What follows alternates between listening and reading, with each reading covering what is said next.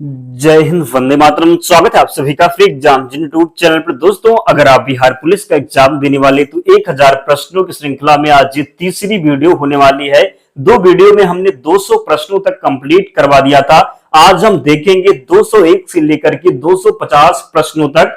तो अगर आप इन सभी प्रश्नों को याद करते हैं, डेली हमारे साथ जुड़ते हैं, तो विश्वास रखिए निश्चित ही आप अपने एग्जाम में सफल होने वाले हैं। हूबहू प्रश्न यहां से देखने को मिलेंगे, तो आपको सेशन में अंत तक बने रहना है, सभी प्रश्नों को पूरे ध्यान से देखना है। तो चलिए सेशन को प्रारंभ करते हैं और 201 नंबर प्रश्न देखते हैं। अगर आपने 200 तक प्रश्नों को अब तक नहीं देखा है तो जा करके उन दो वीडियो को जरूर देख लेना, फिर आज ये तीसरी वीडियो देखना। आप 1000 प्रश्नों तक हमारे साथ जुड़े रहें, निश्चित ही आपकी जो तैयारी है कंप्लीट हो जाएगी। तो हड़प्पा सभ्यता किस युग की थी? आपसे पूछा गया है कि हड़प्पा सभ्यता किस युग की सभ्यता थी? तो कांस्य युगीन थी। क्या थी?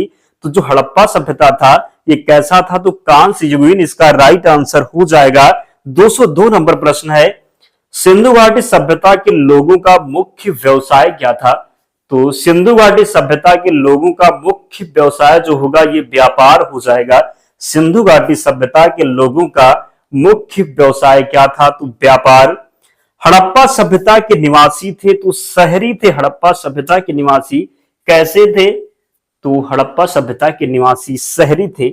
मोहनजोदड़ो कहां स्थित है? सिंध में। कहां पर? तो मोहनजोदड़ो सिंध इसका राइट आंसर होगा। हड़प्पा सभ्यता की खोज किस वर्ष में हुई? तो हड़प्पा सभ्यता की खोज 1921 में। किसके द्वारा? तो दयाराम साहनी के द्वारा। याद रखना है, गलती नहीं करेंगे।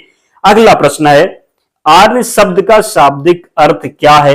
तो आर्य शब्द का जो शाब्दिक अर्थ होता है ये श्रेष्ठ या कुलीन हो जाएगा। क्या होगा?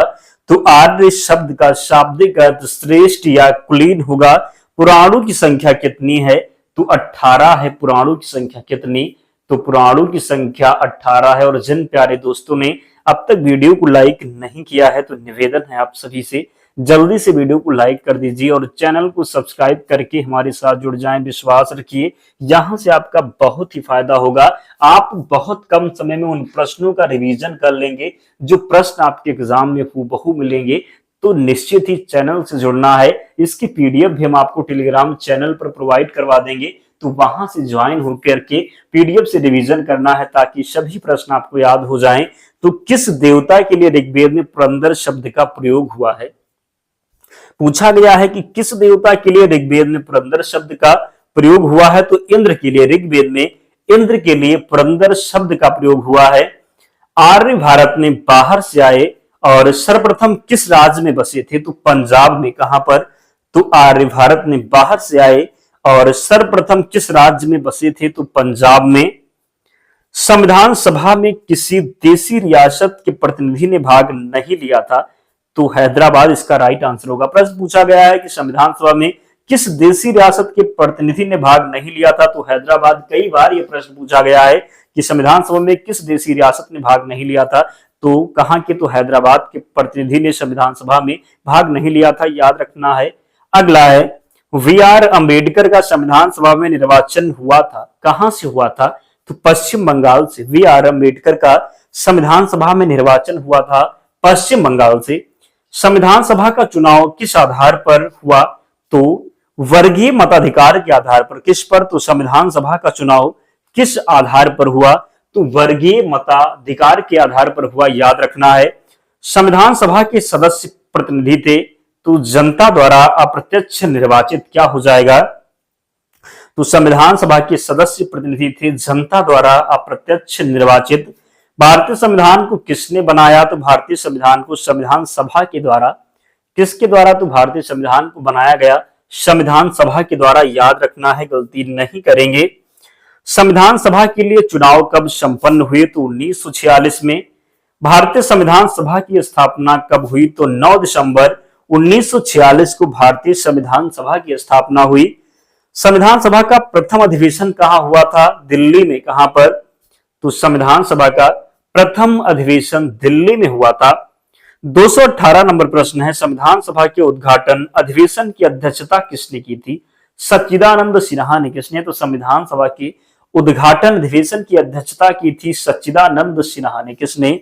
तो संविधान सभा के उद्घाटन अधिवेशन की अध्यक्षता की थी सच्चिदानंद सिन्हा ने। पूछा जाता है कि संविधान सभा के अस्थायी अध्यक्ष कौन थे, तो अस्थायी अध्यक्ष थे सच्चिदानंद सिन्हा। और जब आपसे एग्जाम में पूछा जाए कि अस्थायी अध्यक्ष कौन थे, तो अस्थायी अध्यक्ष जब पूछा जाएगा तो आपको डॉक्टर राजेंद्र प्रसाद लगाना है, लेकिन जब अस्थायी पूछा जाएगा तो सच्चिदानंद सिन्हा। भारतीय संविधान में कितने मौलिक कर्तव्य उल्लिखित हैं, तो 11। कितने, तो भारतीय संविधान में कितने मौलिक कर्तव्य उल्लेखित हैं, तो 11। इंसुलिन का एक प्रकार क्या है, तो हार्मोन होगा। क्या हो जाएगा, तो इंसुलिन का एक प्रकार है हार्मोन। भारत के राज्य का राज्यपाल बनने के लिए न्यूनतम आयु कितनी होनी चाहिए, तो 35 वर्ष। और अगर आपसे पूछा जाए, क्या पूछा जाए कि भारत का राष्ट्रपति बनने के लिए न्यूनतम कितनी आयु होनी चाहिए, तो राष्ट्रपति बनने के लिए भी 35 वर्ष।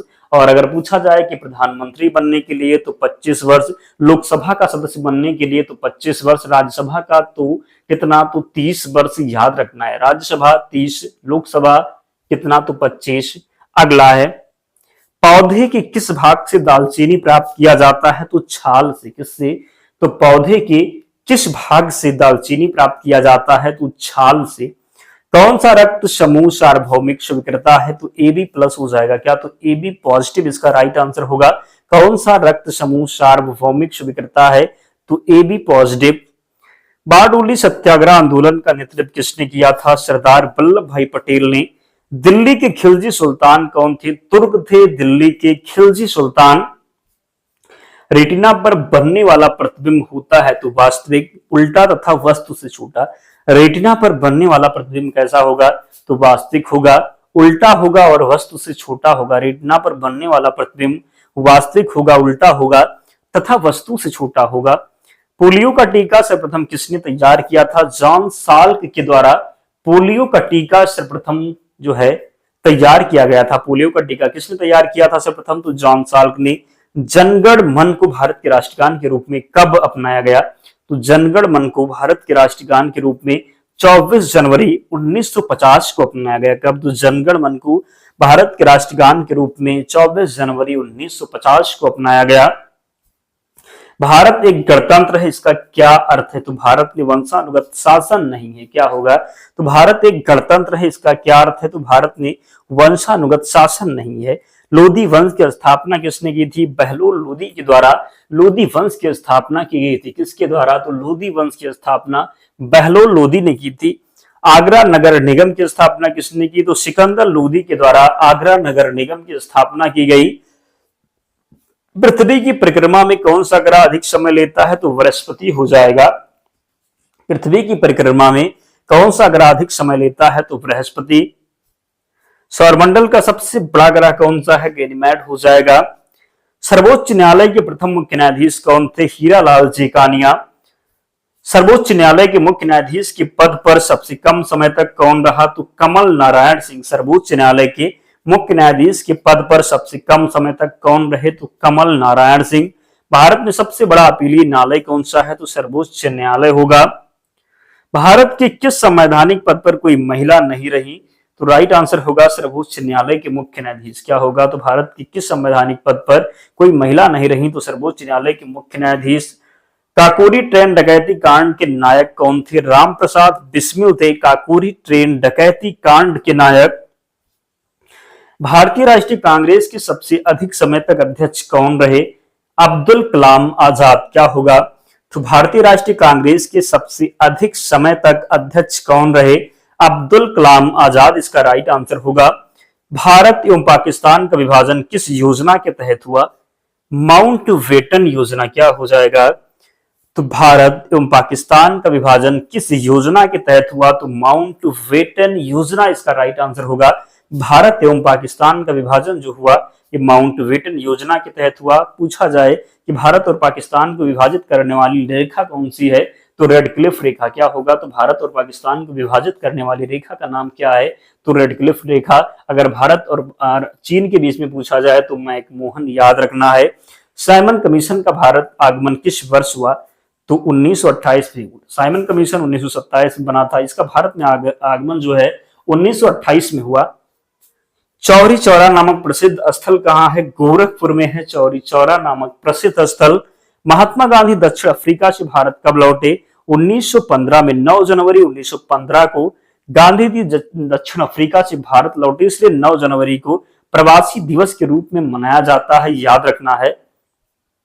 राज्य की कार्यपालिका शक्ति किसमें निहित होती है? तो राज्यपाल में निहित होती है राज्य की कार्यपालिका शक्ति। राज्य विधानमंडल का ऊपरी सदन विधान परिषद होगा। राज्य विधानमंडल का ऊपरी सदन क्या होगा? तो विधान परिषद। राज्य का मुख्यमंत्री किसके प्रति उत्तरदायी होता है? राज्य का मुख्यमंत्री किसके प्रति उत्तरदायी होता है? तो विधानसभा के प्रति। किसके प्रति? तो राज्य का मुख्यमंत्री किसके प्रति उत्तरदायी होता है? तो विधानसभा। राज्यपाल तथा मंत्री परिषद के बीच की कड़ी होता है मुख्यमंत्री। राज्यपाल तथा मंत्री परिषद के बीच की कड़ी मुख्यमंत्री होता है।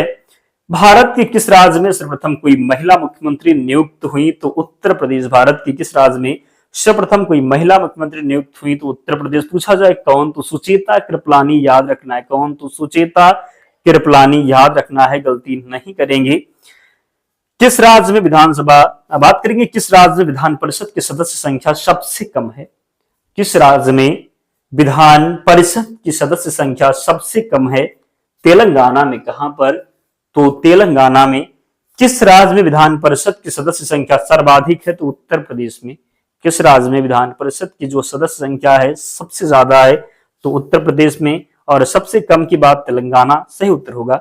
हमने आज कहा था कि हम आज कितना तक देखेंगे? तो 250 प्रश्न देखेंगे। कितना? तो 250 प्रश्न।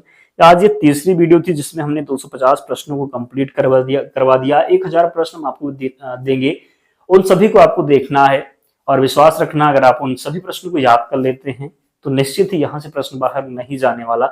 और इसकी पीडीएफ के लिए टेलीग्राम चैनल से जुड़ जाना, लिंक डिस्क्रिप्शन बॉक्स में है, या फिर आप टेलीग्राम पर जाएंगे और सर्च करेंगे फ्री एग्जाम जोन, चैनल आपको मिल जाएगा, ज्वाइन हो जाना, वहां पर आपको पीडीएफ मिल जाएगी। तो जिन्होंने वीडियो को लाइक नहीं किया है तो लाइक करके ही जाना है, चैनल को जरूर सब्सक्राइब करना है।